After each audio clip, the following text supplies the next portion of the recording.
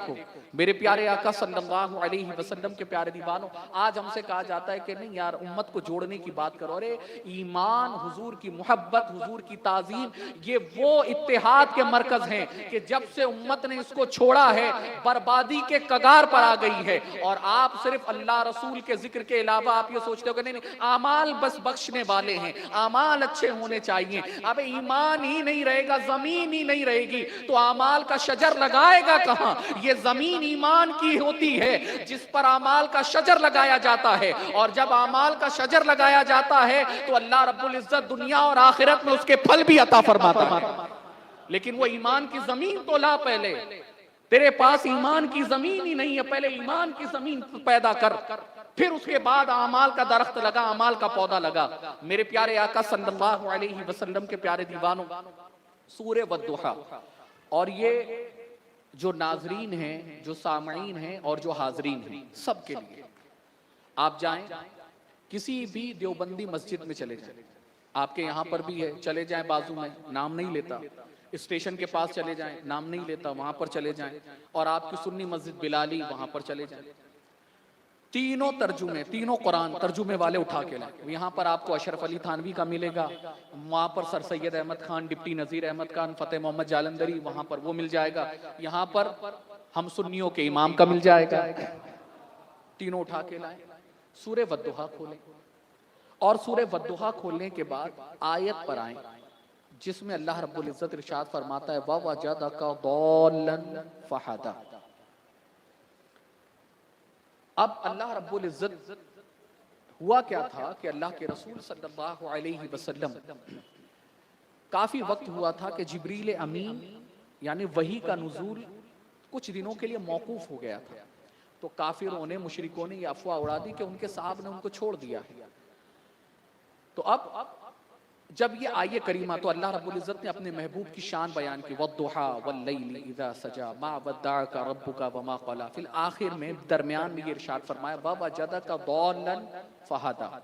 अपने महबूब की शान बयान करने के बाद फिर ये आये करीमा आई, और इसके मानी जब जिनके दिल मोहब्बत रसूल से खाली थे, जब उन्होंने कलम उठाया और उन्होंने मानी लिखा ना, तो आप सुनिए और आप अभी फैसला कीजिए कि हक पर कौन है और मसलक आला हजरत क्या है।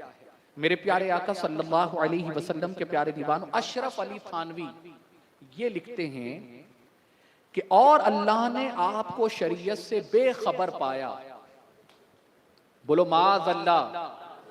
जब ऐसी सब बातें आए ना तो जोर से बोलना चाहिए, क्योंकि ये अपने हमारे ईमान का तकाजा है कि हम ऐसी बातों से अल्लाह की पनाह मांगे। माज़अल्लाह के मानी होते हैं अल्लाह की पनाह। अब देखिए तफरका किसने पैदा किया, हुजूर के कदमों से उम्मत को दूर किसने किया, मोहब्बत रसूल किसने छीना है दिलों से, वो फैसला आप कीजिए।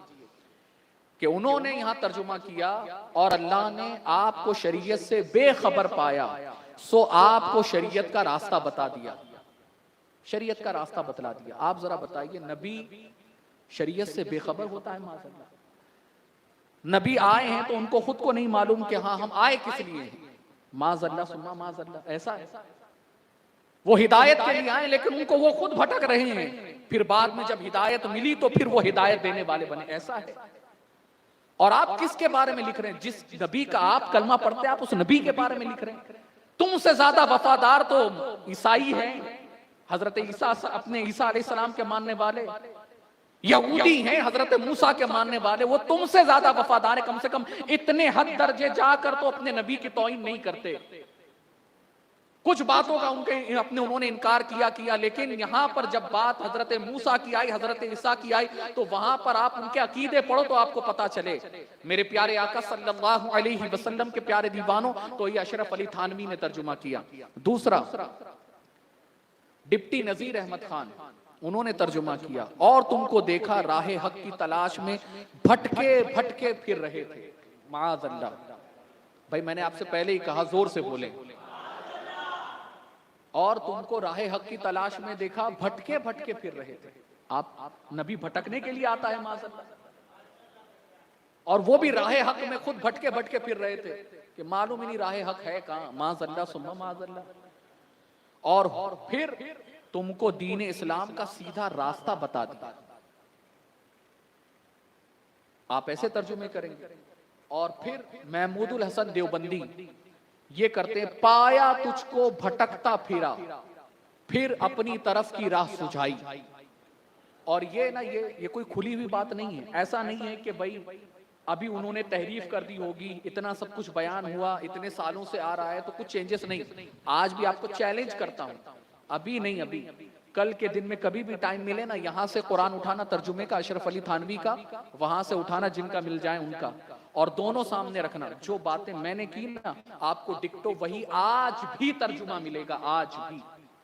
आज भी वही तर्जुमा छप रहा है, आज भी वैसा ही लिखा जा रहा है। तो आप बताइए ना, जब कलमा पढ़ने वाला अपने नबी के बारे में ये पढ़ेगा कि हाँ अशरफ अली थानवी साहब ने तो ये तर्जुमा लिखा है कि तो बड़े मौलाना थे तो उन्होंने तर्जुमा लिखा कि हाँ हाँ नबी तो शरीयत से बेखबर थे माज़अल्लाह, और फिर डिप्टी नजीर अहमद खान लिखते हैं कि नहीं नहीं वो तो राय हक की तलाश में भटके भटके फिर रहे। तो ये नबी की मोहब्बत कम होगी कि ज्यादा होगी? मेरे प्यारे आका सल्लल्लाहु अलैहि वसल्लम के प्यारे दीवानों, तो याद रखिए, जब पूछा जाता है ना कि भाई आपने ऐसा क्यों तर्जुमा किया, तो इनके जितने भी है ना, अपने लुंगी छाप जितने भी मौलाना हैं वो खड़े रह के, इनके जितने मानने वाले वो कहते हैं अरे भाई दौल के मानी क्या गुमराही के तो होते हैं। आप सूरह फातिहा में क्या पढ़ते हैं? गैरिल मगदूबी अलैहिम वलद्दौलिन, के हमें उनका रास्ता ना जो रास्ता भटके हुओं का है। तो वहां पर आप भटकना लेते हैं, यहाँ पर आप भटकना नहीं लेते। वहां पे भी तो दौल है, यहाँ पर भी तो।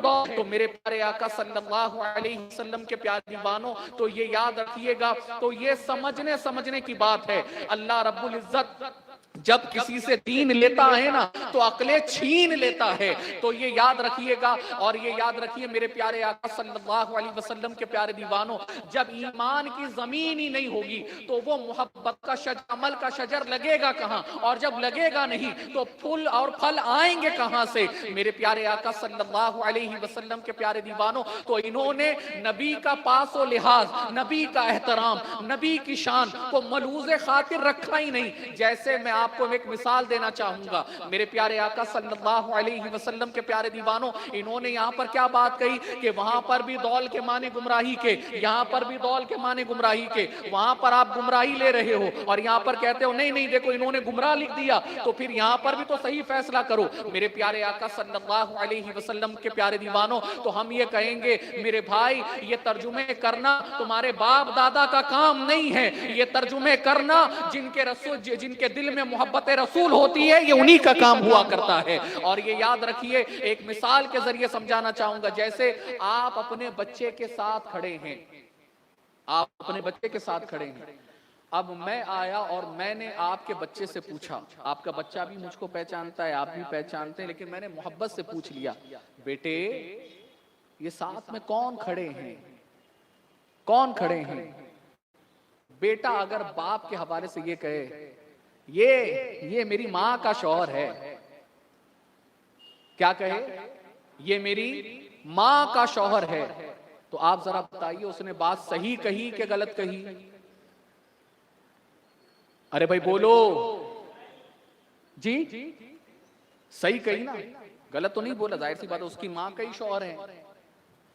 लेकिन आप जरा फैसला कीजिए, जो सामने वाला सुनेगा वो फैसला क्या करेगा? बच्चा बड़ा बदतमीज है, बेअदब है, बात तो सही कह रहा है, लेकिन बाप का अदब भी तो मनुष्य खातिर रख। यकीनन वो तेरी माँ का शौहर है, ये बात हक है, लेकिन तू ये भी तो बोल सकता है ये मेरे वालिद हैं, ये मेरे अब्बू हैं, ये मेरे अब्बा हुजूर हैं। तो ये अदब के तकाजे हैं। तो आप बात ठीक है, आप दौल के मानी वहां गुमराही यहाँ गुमराही, लेकिन आप ये तो देखो कि आप लिख किसके बारे में रहे हो, आप कलम किसके हवाले से उठा रहे हो। और आप नबी के हवाले से गुमराह लिखोगे, भटकता हुआ फिरा लिखोगे, आप ऐसे तर्जुमे करोगे मेरे प्यारे आका सल्लल्लाहु अलैहि वसल्लम के प्यारे दीवानों। लेकिन जब इमाम ने कलम उठाया है तो इमाम ने कलम उठाकर क्या लिखा? और तुम्हें अपनी मोहब्बत में खुद रफ्ता पाया, यानी मोहब्बत में डूबा हुआ पाया, और फिर अपनी तरफ की राह अता फरमा दी है।